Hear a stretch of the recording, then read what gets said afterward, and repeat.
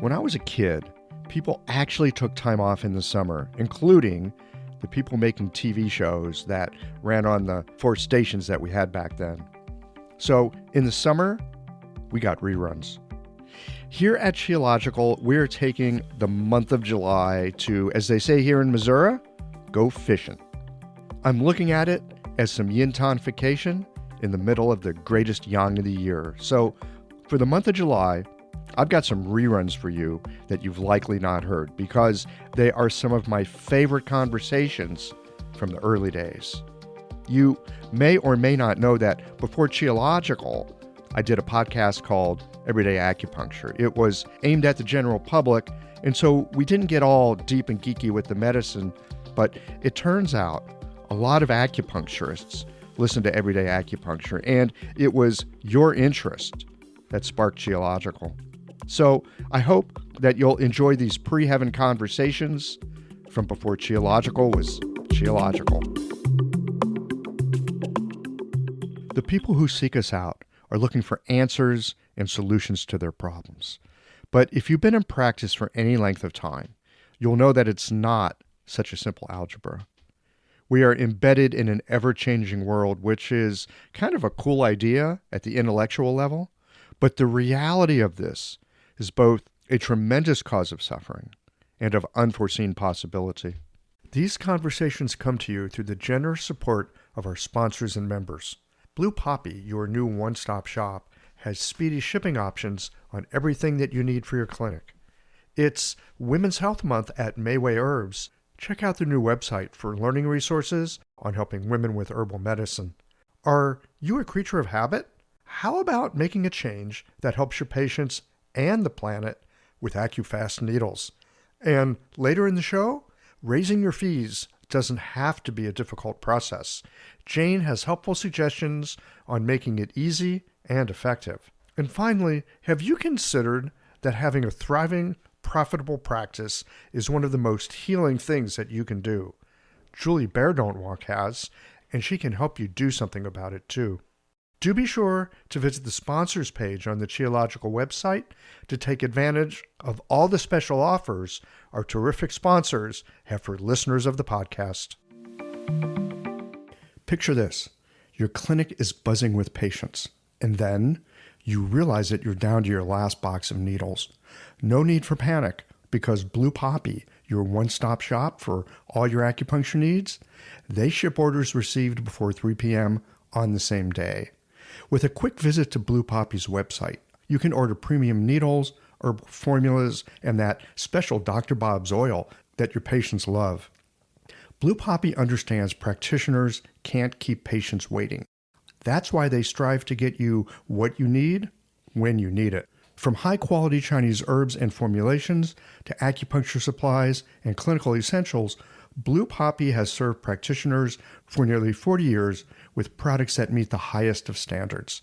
Discover everything Blue Poppy has to offer by visiting www.bluepoppy.com, and don't forget to subscribe to their mailing list for exclusive offers and more. Hi folks, I'm Yvonne Lyle, president of Mayway Herbs. May is Women's Health Month, and as a women-owned and women-run business, we especially love how Chinese medicine can support wellness through every stage of a woman's life. So in this month's newsletter and podcast, we're covering topics like PMS, pregnancy, menopause, and osteoporosis. We'll share expert insights and effective treatment strategies you can put to good use in your clinic. Our Plumflower brand line includes herbal tea pills, tablets, extract granules, and organic herbs, all of which you can find on Mayway.com. And where you can also find articles, videos, and other resources to support your practice. Since 1969, Mayway has been a trusted source for high-quality herbal products.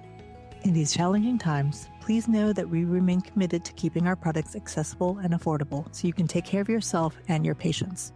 As always, thank you for supporting real Chinese medicine. Daily habits and routines feel comforting, familiar, easy, automatic. That's the power of repetition. You've worked out the kinks and can do it with your eyes closed. But what if you shook things up? What if you ditched the old routine and tried something new? Hi, I'm John Sten. I've practiced acupuncture for over 30 years, and together with my wife Kelly, we created the world's first eco-friendly acupuncture needle. The AccuFast earth-friendly needle system cuts your packaging waste by 60 to 90%, depending upon your needle type, speeds up your needling, gives you more control, and best of all, while you're healing patients, we plant a tree for every 2 boxes your clinic uses. Thousands of acupuncturists have already made the switch. In just the last year, they've helped plant over 16,000 trees. Since we started, that number has grown to over 50,000. So break the routine. Be the change. Visit AccuFastNeedles.com. Your patients and the planet will thank you. Today, Greg Bantick and I sit down for a conversation on something that underlies every clinical encounter that we have: the causes and conditions of both illness and well-being. It's not really possible to pull on one thread of a person's life and have it not affect the entire tapestry of their being.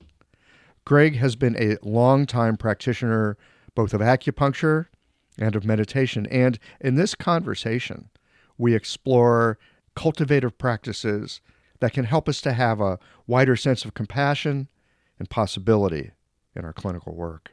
Episode 10 of Qiological was a conversation with Greg on a very similar topic. There is both a burden and a privilege to doing the work that we do, and cultivating a sense of stability within ourselves is essential to be able to do the work that we're called to do. Pour yourself a cup of tea and settle in. We had some email conversation a while back. I honestly can't remember what it was all about, but there was a phrase that came out of it about the causes and conditions of illness. And there was something about that phrase that just really struck a bell for me. So I wanted to explore that with Greg. And that is what our show is about today. It's this conversation, it's this inquiry really into the causes and conditions of illness. You know, there's so many ways that we can go with this. And so I hope you'll enjoy this conversation. Greg, welcome to Everyday Acupuncture. Thank you, Michael. It's a pleasure to talk to you again. Yeah, I've always enjoyed our conversations. You know, I mentioned here just a moment ago that you're a longtime practitioner. I actually have no idea how long you've practiced or even what brought you into practicing Chinese medicine. Can you give us a little background about what got you started and onto the road that you're on right now? This is my 41st year in clinic practice, and I've been teaching for almost as many. I was at university back in the early 70s studying psychology, politics, and philosophy, and I had taken some time off and was told by a friend that there were 6 free introductory lectures on Chinese medicine being offered in Sydney at the time. And I went along and I was really impressed with a philosophy that I had liked for many years, East Asian philosophy, but a very practical way of applying it to help others.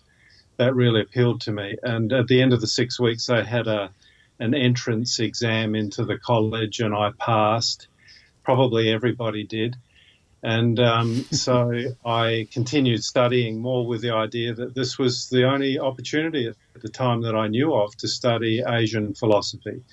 I didn't really realize or have any sense of being a practitioner, and certainly not a teacher at that time. But here I am several decades later and still fascinated. Yeah, it's funny how that goes. And yeah, there's such a fascinating philosophical aspect, which I suspect we're going to touch a bit on here in this conversation. But there's also this incredibly practical application of that philosophy.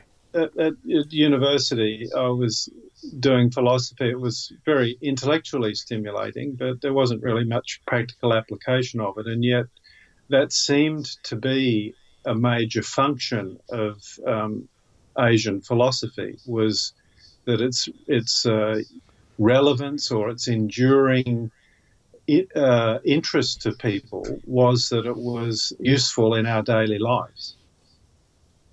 Hmm. So coming back to this phrase that sparked the invitation to have you here on the show, causes and conditions of illness.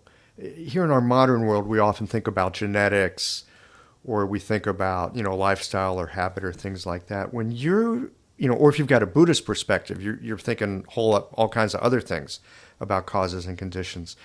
When you're thinking about causes and conditions of illness, well, actually, I'm going to back up from that question. There's a question before that. I was going to ask you what you think about, but before that, the question that I have is really what brought you to looking at the causes and conditions of illness? What sparked your interest here?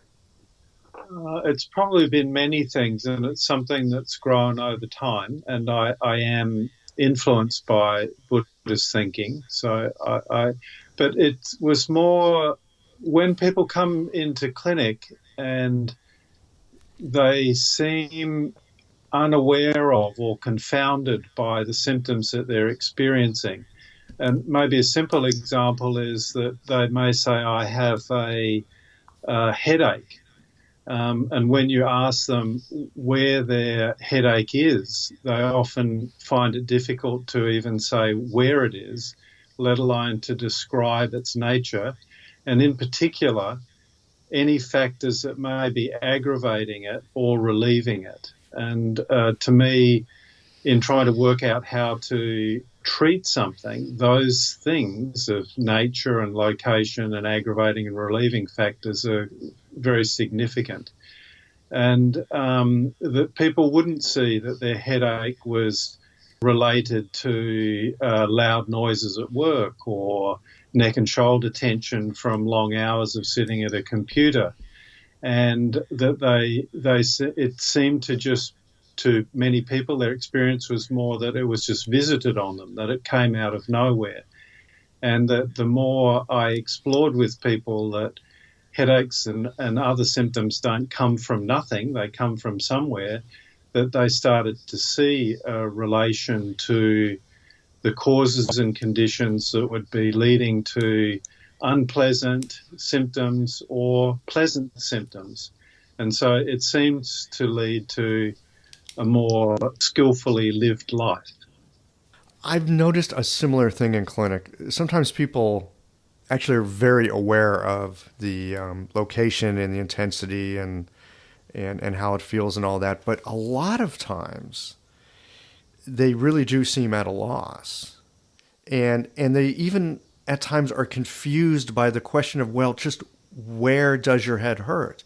Or what is the sensation of the pain? I mean, even the idea that pain can have different sensations seems a bit confounding to some folks. Yes, yeah, exactly. And the other thing that I've found is, like you, I think like any Chinese medicine practitioner, we're looking for some sort of pattern that often can actually hold contradictory sorts of experiences or symptoms, right? So we're often searching for what's the bigger picture here. And a lot of times I find patients didn't realize that maybe a twisted ankle 6 months ago, that's when my hip pain began. Mm-hmm. Yeah. These kinds of things, yeah. How's that helpful in the treatment process? Well, let me, the way that going back and reading a couple of early texts, like the Yellow Emperor's Internal Classic or even the Shanghanlun, which the Shanghanlun influences a lot of the ways that I would write or think about a herbal prescription. Mm-hmm. Even there it says that, subject to wind and cold, we may experience a certain set of symptoms depending on where the wind and cold is. And then the way that wind and cold has been treated, if it's appropriate, the symptoms go away. If it's inappropriate, so they're given the wrong formula, then these sorts of symptoms might emerge. And in the Neijing, it talks about external factors of climates and wind and damp and so on as influencing us. I think implicit is that say the mood in a family or a workplace and so on all influence our health. So to then treat something, it's maybe relatively easy to treat somebody's headache to resolve the symptoms of the headache.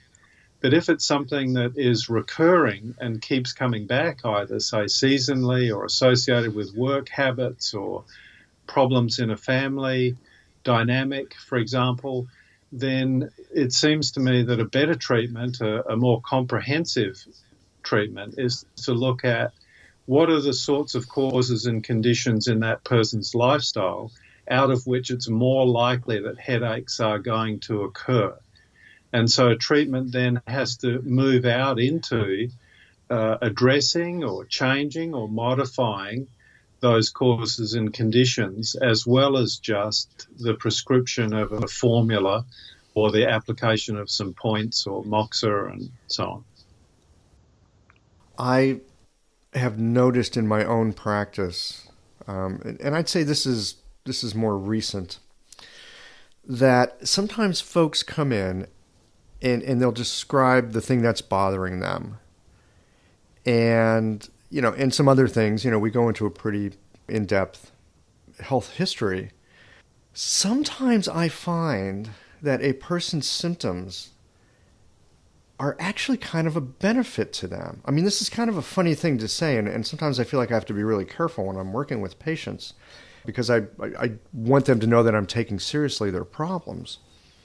But let's just say maybe there's a food allergy going on, and there are certain foods that they eat, and it causes these problems. Sometimes it seems like these symptoms it's like the body's always trying to do its very best. And it seems like sometimes these symptoms are the body asking for some help in a bigger way. And I have become concerned as a practitioner that if I take the symptom away with herbs or needles, then the thing that needs to be addressed is not going to get addressed. And perhaps I've actually done them a disservice. Are you following what I'm talking about with that? Does that make sense? I think I am following what you're talking about. And that's why I think that it's important to look at the kind of the backstory of what's going on.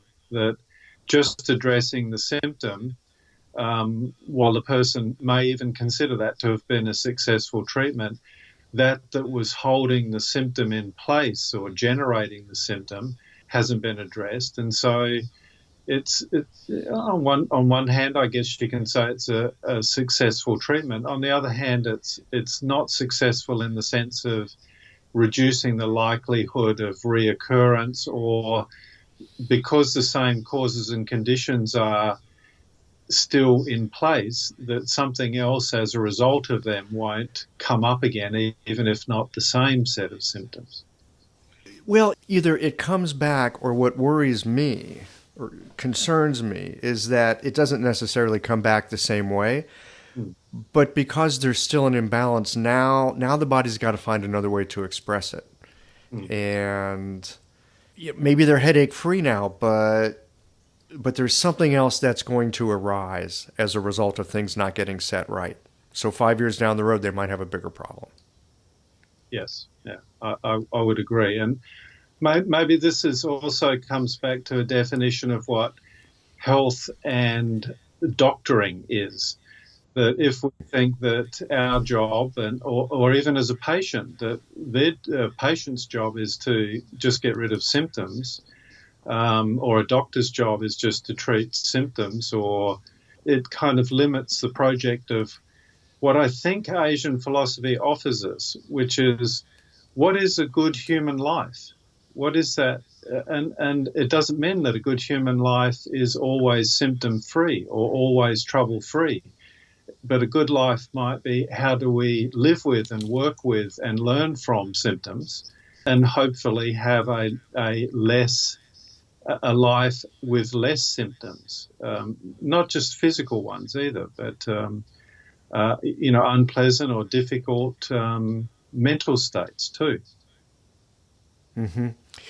I'm just thinking of a patient I saw recently, and she was talking about being impatient. and wanting more patience. And she goes, I want to pray for more patience, but I know the way this works. I pray for more patience, I'm going to get more situations that test my patience. Because we're not just given what we think we want.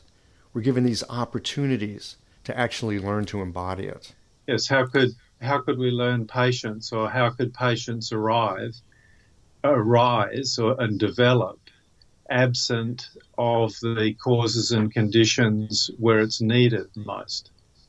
It's easy to be patient when nothing much is happening, but patience really only grows and develops when it's we're up against something that really requires patience. Yes. So I'm going to talk about the other patients for a moment, the people that we're trying to help. How do I phrase this? In a way, it comes back to what you were just talking about what is good doctoring. Is good doctoring taking away a person's suffering?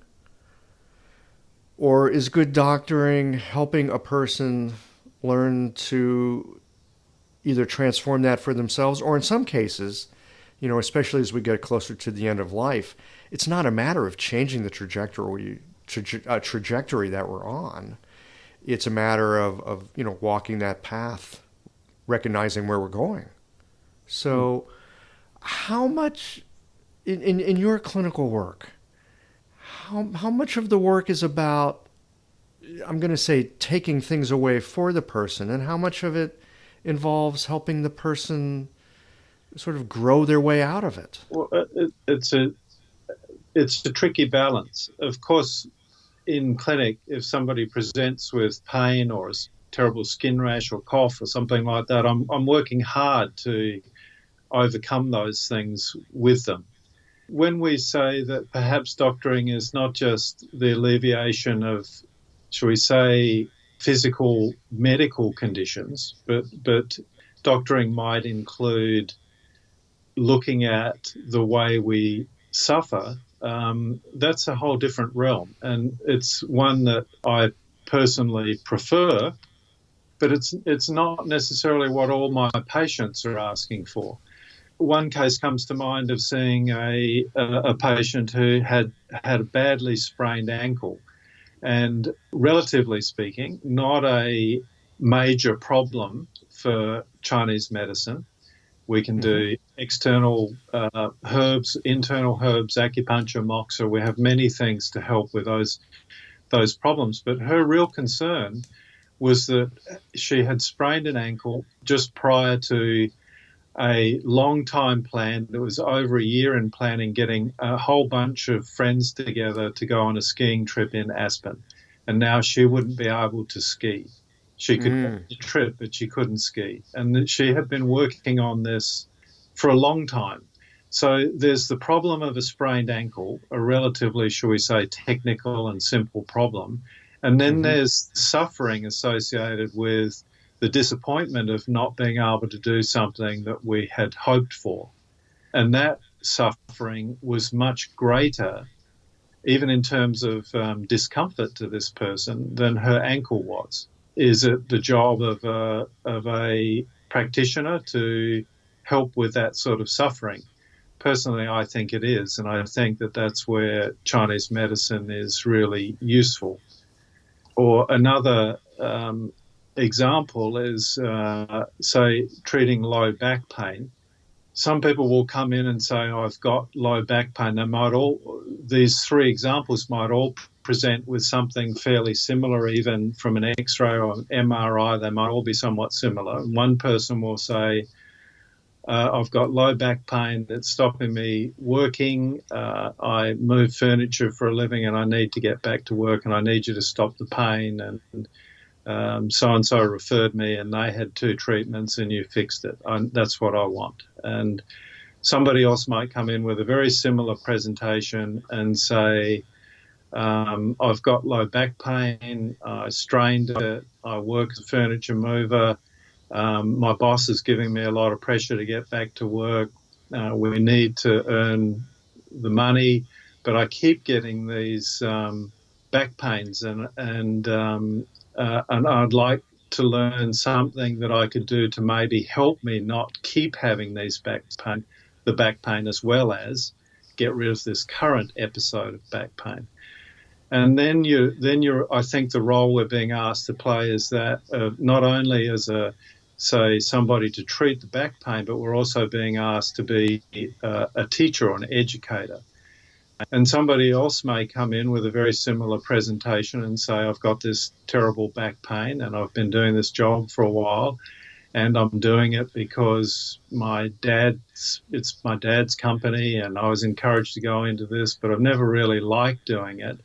And I've been off for a few months now because I haven't been able to work. And it occurs to me in this quiet time that I've had how much I've really used to enjoy bird watching and the study of birds. And I'm not so sure that I want to go back to being a furniture removalist, and that maybe I should go in a completely different direction. But there's all these pressures. I have the mortgage to pay and expectations to return to work, and yet I'm feeling the desire to go off and do something completely differently.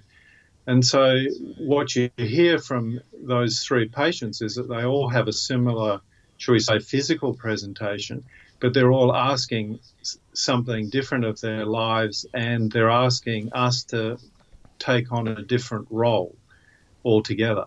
And so I think to have skills as a practitioner to be able to not necessarily do everything for every patient, but even to have the skills to know a timely referral to, a career counsellor or a good psychoanalyst or psychotherapist, whoever it might be, a meditation teacher, but also to have in order to have the skills even to know how to make a referral, you have to have some personal knowledge of what it is that those three different people with the same presentation or a similar presentation are asking of you, and to be able to step into the role that you're being asked to play.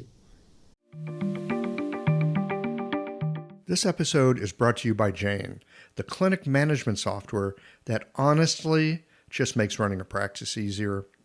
Let's dive into something that's never easy, but sometimes necessary: raising your fees. It can feel awkward, right? But here's a tip that can really help. Consider offering flexibility to your patients as you introduce the change. When patients face new fees, it's natural for them to feel uncertain or concerned. That's where flexibility can really make a difference. Offering options like a phased increase, suggesting a payment plan, or even taking a moment to talk things through can help to ease the transition.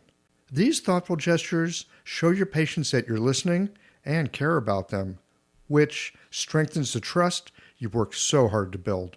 If you're looking for more ideas on how to navigate these kinds of changes, head to frontdesk.jane.app and check out the article, How to Tell Clients You're Raising Your Fees. One last thing, if you're ready to give Jane a try, you can use the code Qiological for a 1-month grace period on your new Jane account. Right.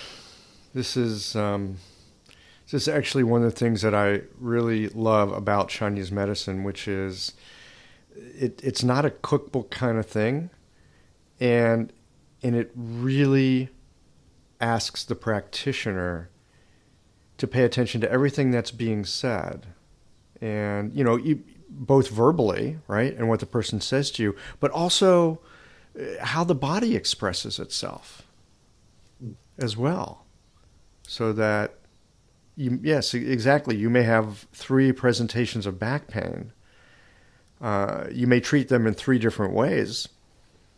And with some people, it just opens up a whole different journey for them. Because the back pain, I'm thinking of, the last person that you talked about. They were off for 3 months. They realized there's actually something else that they'd rather do. How lucky were they to get back pain like that? Yeah, and they may not see back pain. They don't like their back pain. They don't ever want to have it again. But they may see it as some sort of out of that series of causes and conditions, that experience that they went through, their life changed direction. For the first scenario, it's the signs and symptoms, that set of causes and conditions is just something to be overcome in order to return to what they were doing before. And there's not a better or worse here, or good or bad, but I think as a practitioner, more people are asking us for the latter two sorts of scenarios. Like every time I get my period, I have pain. Is there anything else I can do to minimize pain rather than just manage it with, one of our treatments or pain meds or something like that? What's going on? What can I do differently? Then that opens up our role into looking at many other factors in life that might be contributing to, say, something that we diagnose as chi stasis or blood stasis that's causing menstrual pain or back pain or headache. But you have to consider, what are some of those other factors? Are they eating foods that contribute to stasis? Are they not exercising, or are they exercising incorrectly? How are they using their minds? How are they thinking and feeling about certain things? Are the ways that they're thinking and feeling, are they developing conditions that would more likely lead to stasis or more likely lead to happy-going, free-flowing nature of qi? You bring up the word qi. It's such an interesting word. It's to me, it's almost, well, I find it almost impossible to translate into English. And because this is a show here, really for the general public, I'd love to get your take on what qi is and why us acupuncturists are talking about it all the time. Well, it is tricky, and I notice that my understanding of it, I guess, even the way that I would try and translate it, has grown or changed a lot over the years. And we know that we can kind of use it translated in a variety of different ways depending on the context that we're using it in. But I think also when I think of just talking to a patient, just as I'm talking to you, Michael, this is qi. The way I'm using my voice, the way you're using yours, the way we're listening to each other, the quality of attention of listening, the way we're trying to choose appropriate words and respond carefully to each other, that this is an exchange of qi, or this is qi. Even to say that it's something between us is to, even personalize it and say there's Greg's qi and there's Michael's qi, or there's just we're living in this qi field, and there is this particular movement or flow or articulation or manifestation of it that's happening, that we're creating as we're wandering down this interview. So it's not something it's not something that we just turn on or turn off, or that we are trying to, well, let me just stop there for a minute and see how you would respond to that. Yeah. Thank you. A couple things come up. One is a book I read a few years ago, written by an American osteopath named Robert Fulford. Are you familiar with him at all? No, I'm not. Okay, so he was an American osteopath and very talented with cranial work. And he knows, as far as I could tell, he never studied any Chinese medicine. He knows nothing about Chinese medicine. He hasn't studied any sort of Eastern philosophy, to my understanding. And yet he wrote this book, I think it's called Touch for Health or Touch of Life. I can't remember. I can put a link to it on the show notes page. It is hands down, for me at any rate, hands down, the best explanation of qi that I've ever read. It's like this guy totally understands this thing about something I would just say about being and exchange, and how these things work together in health and in illness. And he just has this incredibly beautiful, simple way of talking about this. So that's the first piece. The second piece is I was going to ask you if you're familiar with a fellow named Rupert Sheldrake. He's a biologist who came up with this idea of morphogenic fields. I am familiar a little more with his critique of reductive scientific materialism than I am with his morphic fields idea. Yeah, he was, as I understand him, he's a fellow who was fascinated with biology, fascinated with life, and it was curious to him that, at least in his study, formal study, that they usually study dead things to try to understand live things. And he's come up with this idea of morphogenic fields, which is really a sense of that there's not just physical being here, that there's actually sort of a field dynamic that physical being is embedded in. And the field can have an extremely strong influence on the physical thing. And the physical thing can have a strong influence on the field as well. It's an exchange that goes both ways. So to my thinking, and especially as you were using the term chi field, it reminds me very much of some of his work that I've read, that it's this ongoing exchange. Yeah, no, I think, Michael, this is in our earliest texts, that our liver isn't limited to the physical bounds of a liver. It's influenced by movement of wind that we may be exposed to, the external wind. It's influenced by a planet. Our liver resonates when we walk into a room full of angry people, or we see an angry protest on TV. I think we've gotten into a habit of seeing ourselves as bounded by our skin.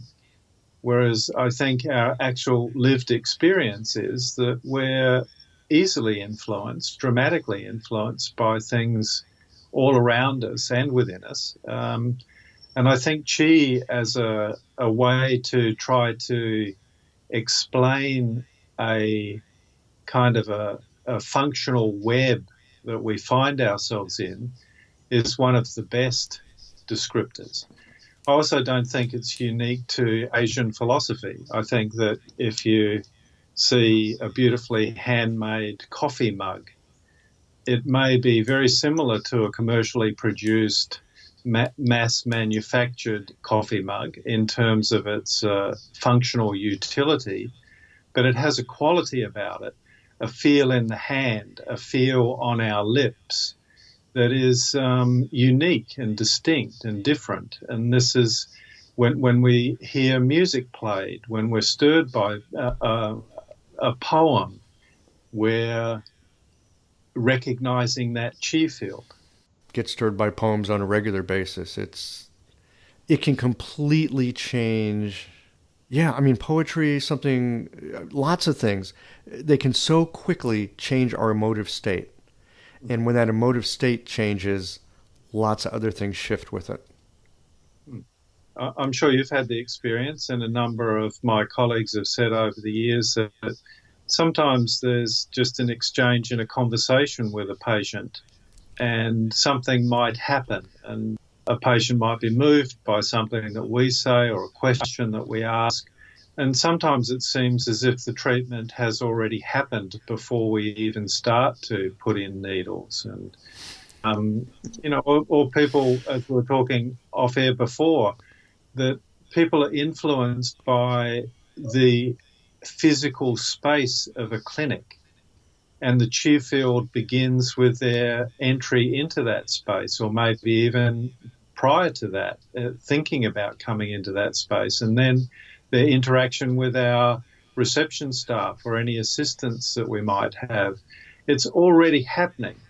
And it seems that if we kind of ignore a lot of the actual felt experience of our life and reduce it down to it's just about putting in needles, or it's just about, it seems to limit human life experience or how we're living our life. And if we can, as practitioners, access more and more of it, I would like to think that we're better able to help our patients, or more comprehensively help our patients, not just seek us for treatment, but to learn how they can also help themselves, how they Yes. can understand what sorts of things do I need in my life out of which I'm more likely to experience better health, better moods, better quality sleep, whatever it might be.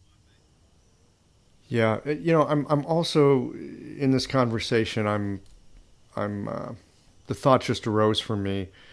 I've had people sometimes get off the table after having acupuncture, right? And especially if they think that an acupuncture treatment is simply about putting needles in.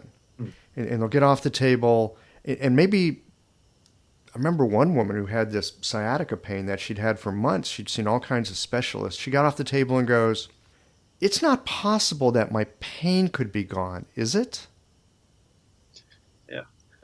Yeah. It's like, I don't know. Where's your pain?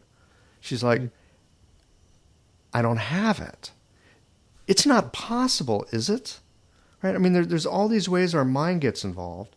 And as you were just saying, we all have the experience of walking into a room, maybe a sanctuary or a temple or, just some place that's got incredible feng shui or just an amazing designer, and you walk in and you go, right? I mean, you just immediately sort of settle.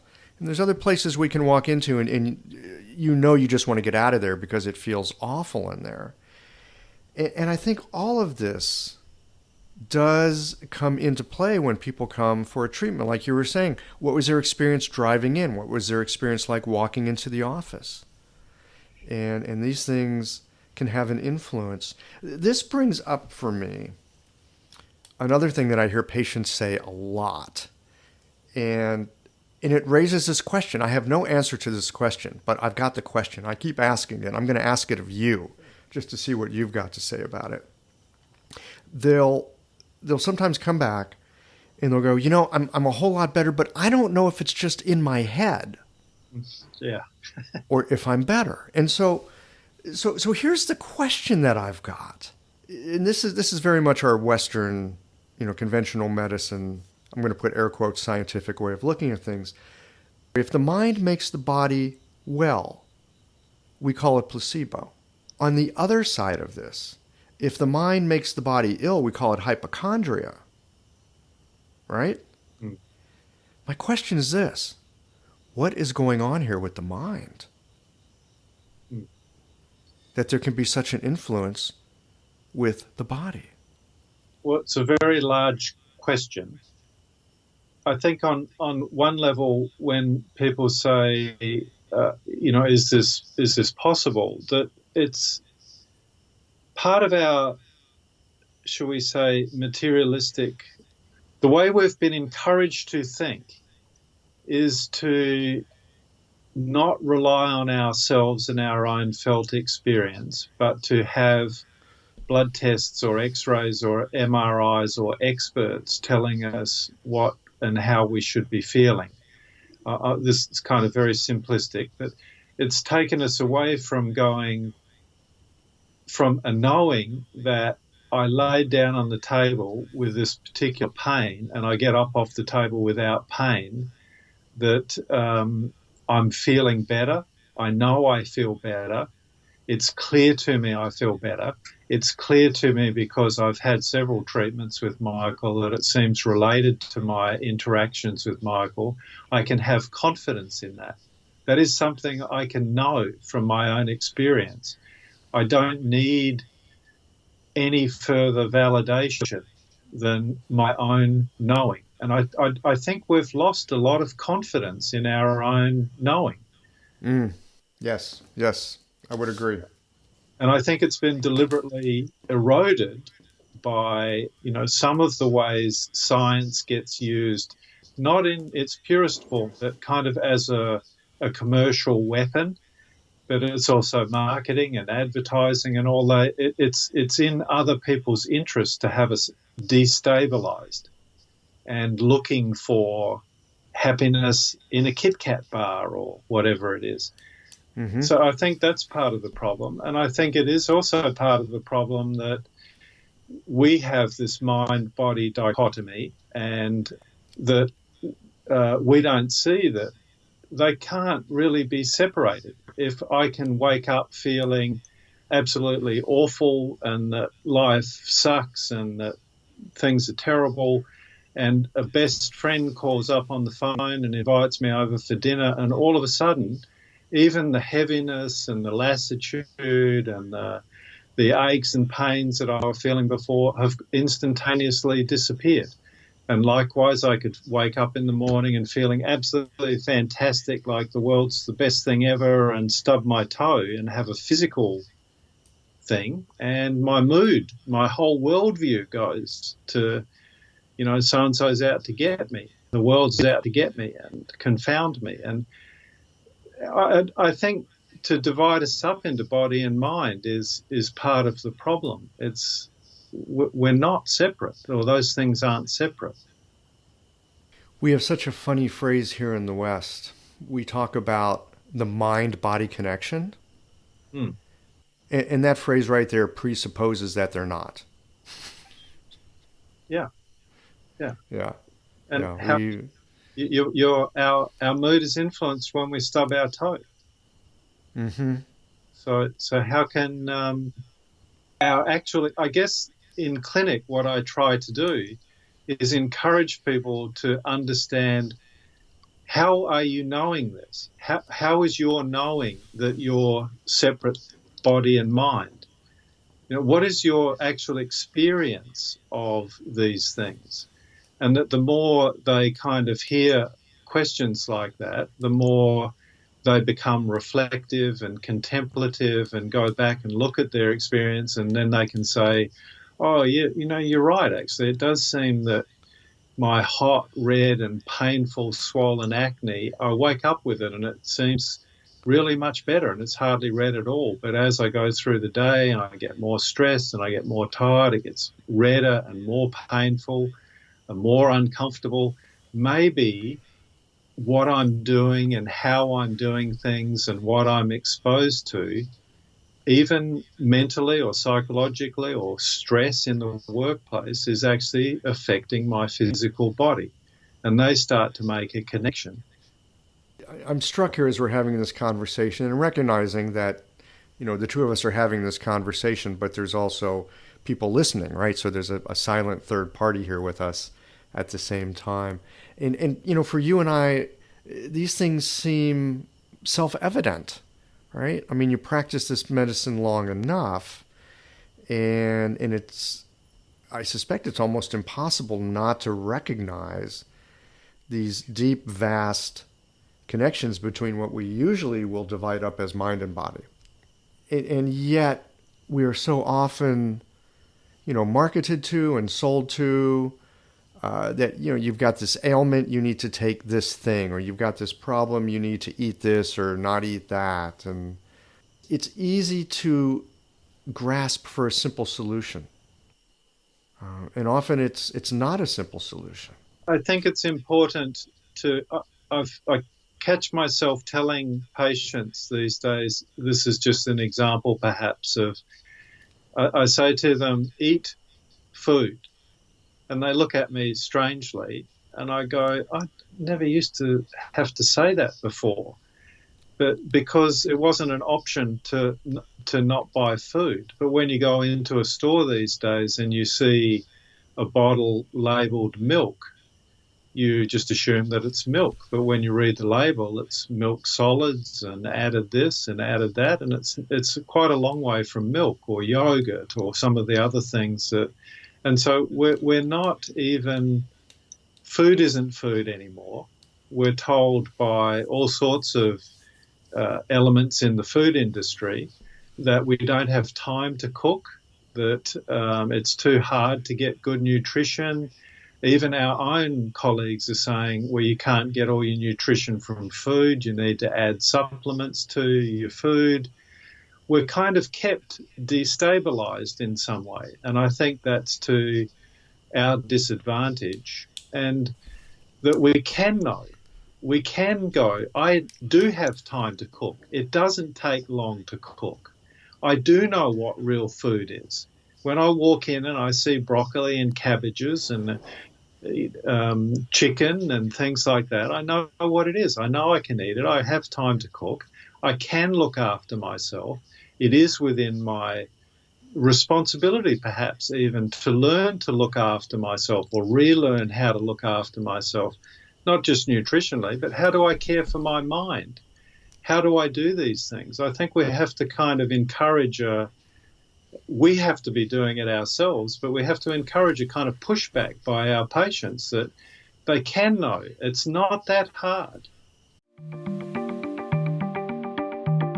Having a thriving, profitable practice is one of the most healing things you can do as a healthcare practitioner. Because a robust business is the ultimate expression of vital qi. And that's the heart of our medicine. I'm Julie Bairdontlock, and I help practitioners grow nourishing, profitable, authentic businesses that embody the generative cycle of Chinese medicine. This isn't about all yang all the time. It's about expanding your own internal capacity, growing collaborative relationships with your patients for ethical patient retention, and marketing as an extension of this medicine, not a necessary evil. You already know that everything is connected in your patients' lives and bodies. The same is true for your business. When we align your systems, your schedule, your pricing, and your offerings with you, we create flow, which means more spaciousness, more impact, and more joy. When you are in the flow, fully resourced in terms of chi, time, and money, your business becomes a source of healing, not just for your patients, but for you. Let's grow something rooted, radiant, and real. Visit lifeflowconsulting.com to learn more. What are some ways that you help people find that stability for themselves? Well, I do. I don't do this for everyone, but I do occasionally say, do you ever have some quiet time to yourself? Do you ever take time to hear yourself?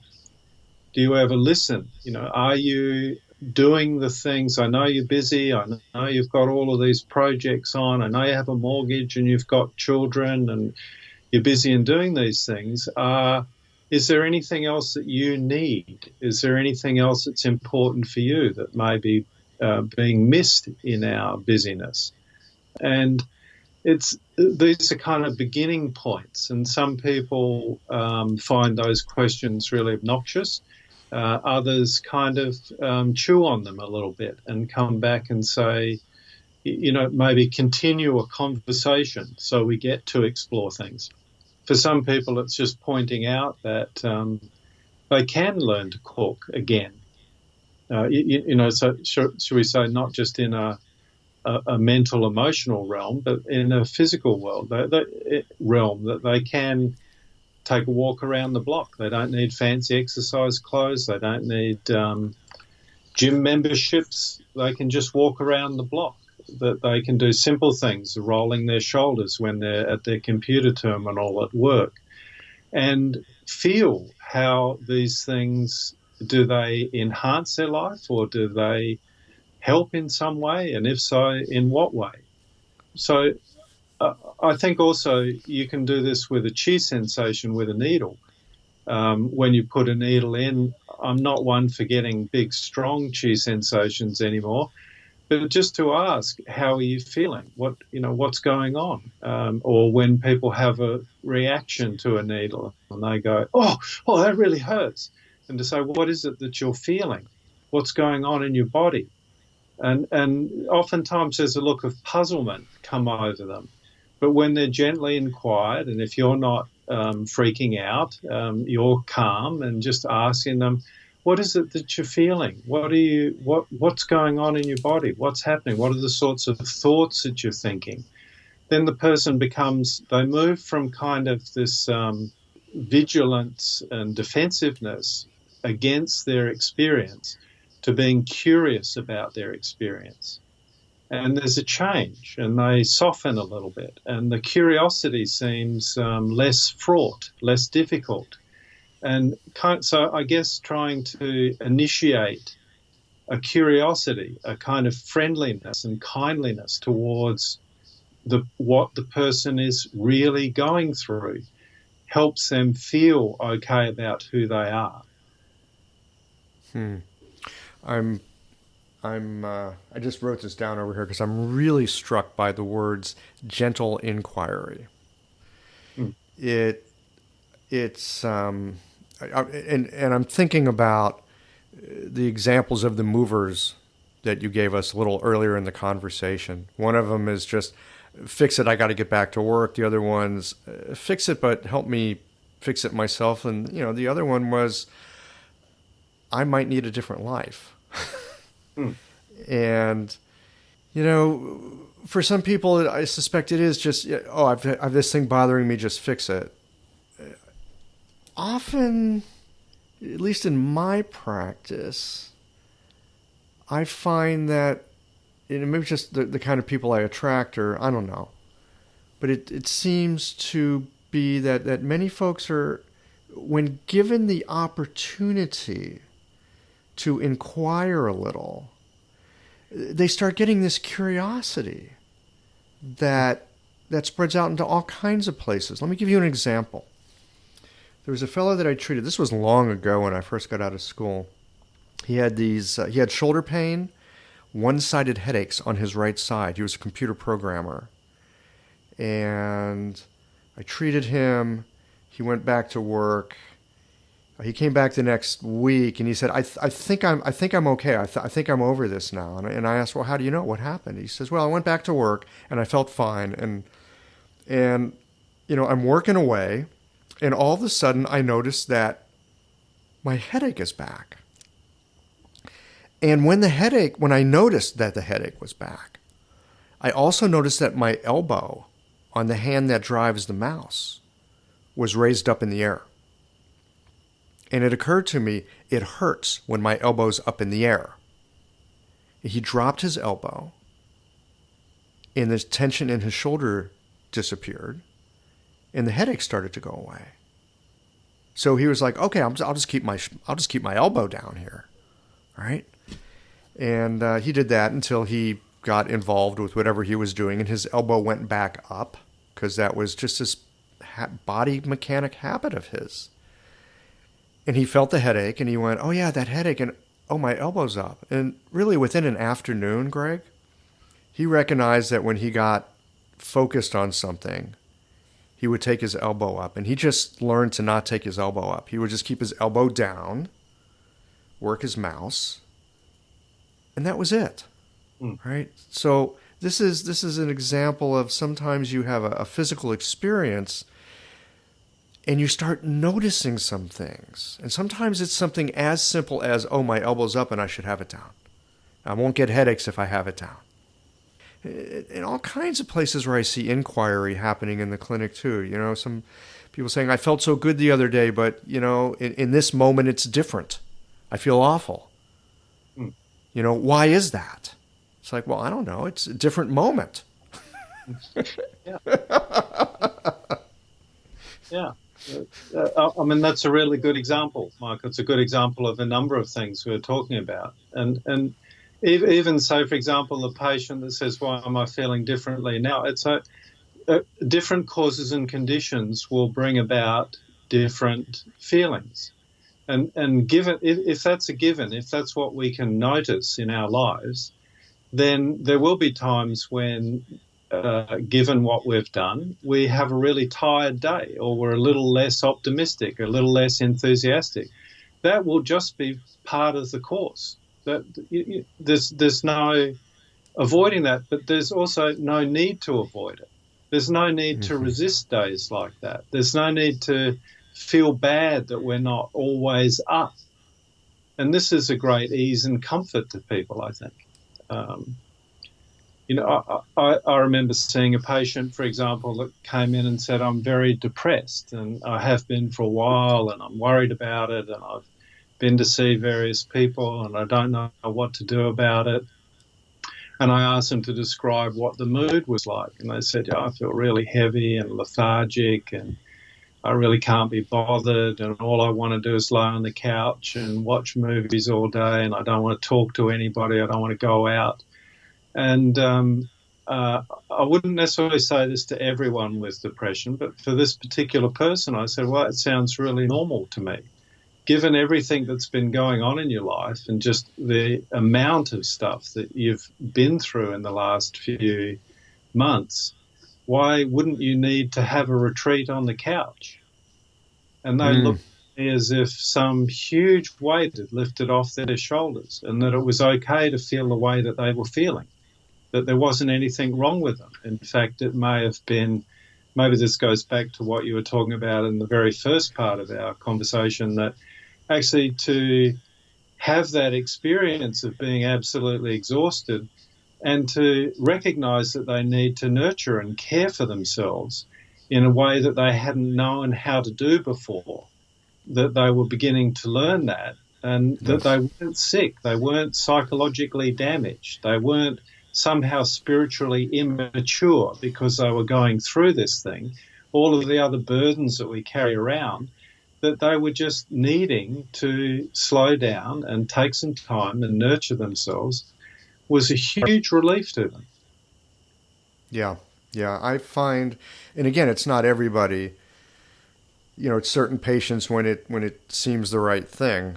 I find myself sometimes saying, this thing that you come in with, this is not what's wrong with you. It's actually what's right with you. Right? So let me give you an example.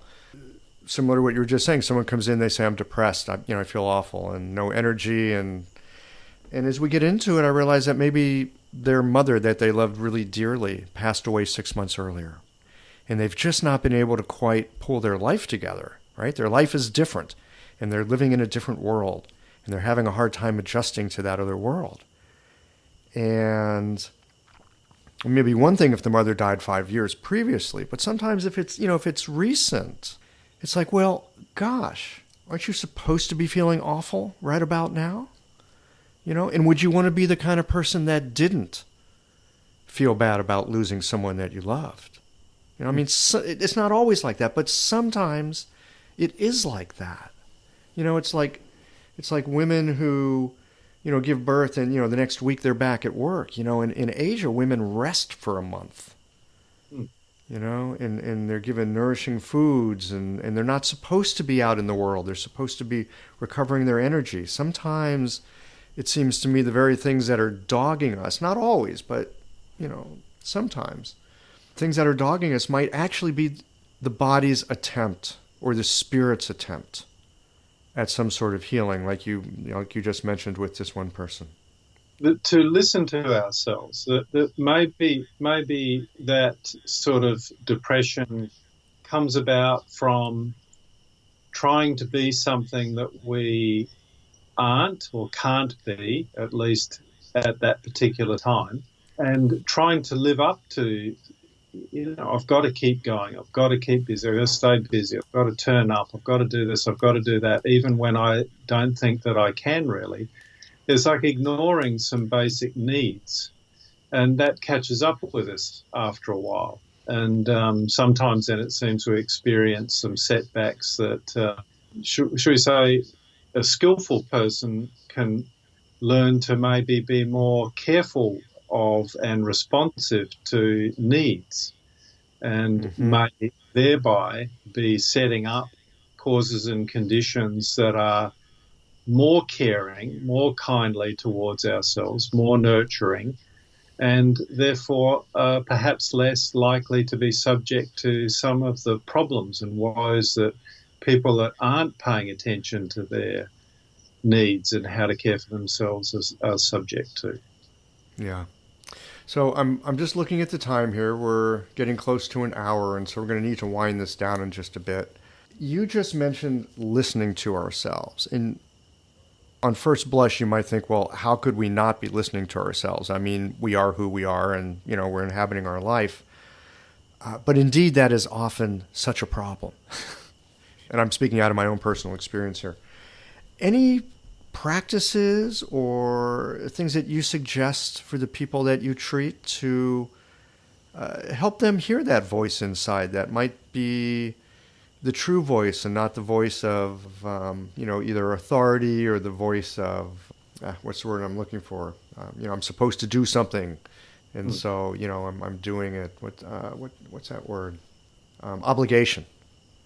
Do you have any practices or things that you share with your patients to help them sort of cut through the authority and the obligation and everything that gets in the way of actually listening to what's been arising out of their circumstances and situation?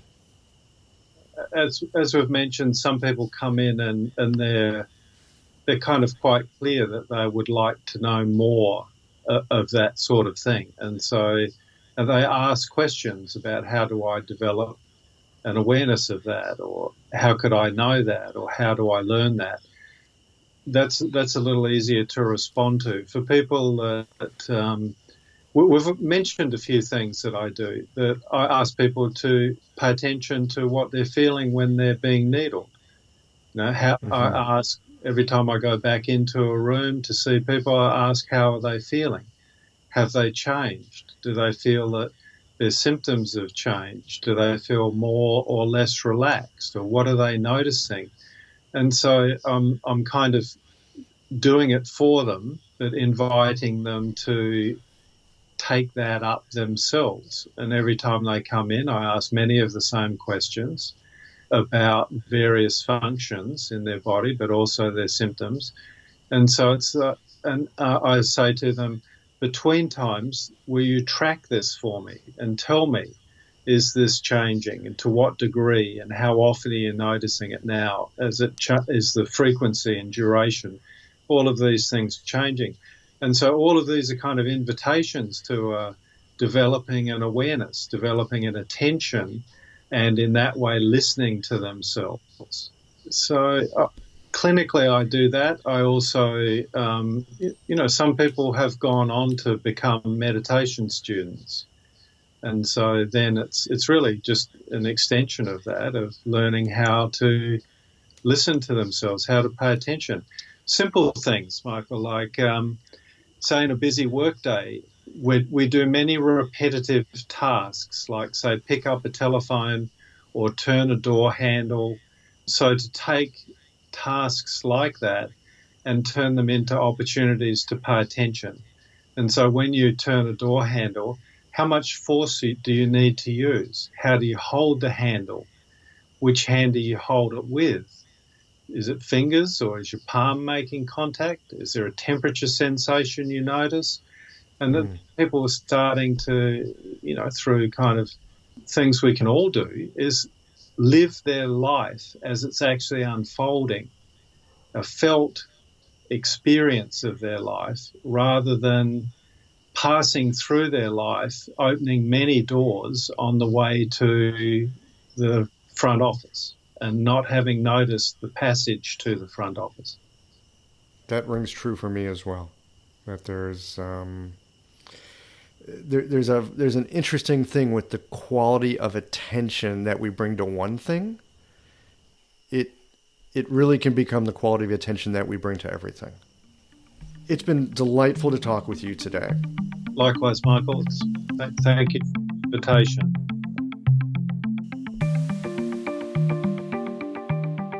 Well, friends, this winds up our summer rerun series from the days before Qiological was Qiological. I hope that you've enjoyed these discussions. Next week, we will be back to our regular scheduled programming. I've got something special for you, but you're going to have to tune in to find out what it is. Well, here we are at the end of this episode. If you've listened up to this point, you're either a rabid fan of Qiological or the forward button on your podcast player stopped working. If you are indeed a fan of the podcast, you can help us to bring new episodes to our community of practitioners by supporting us with a membership or a one-time contribution. Details, of course, are on the website. That's it for today, friends. Join us again next Tuesday for another thoughtful episode of Qiological.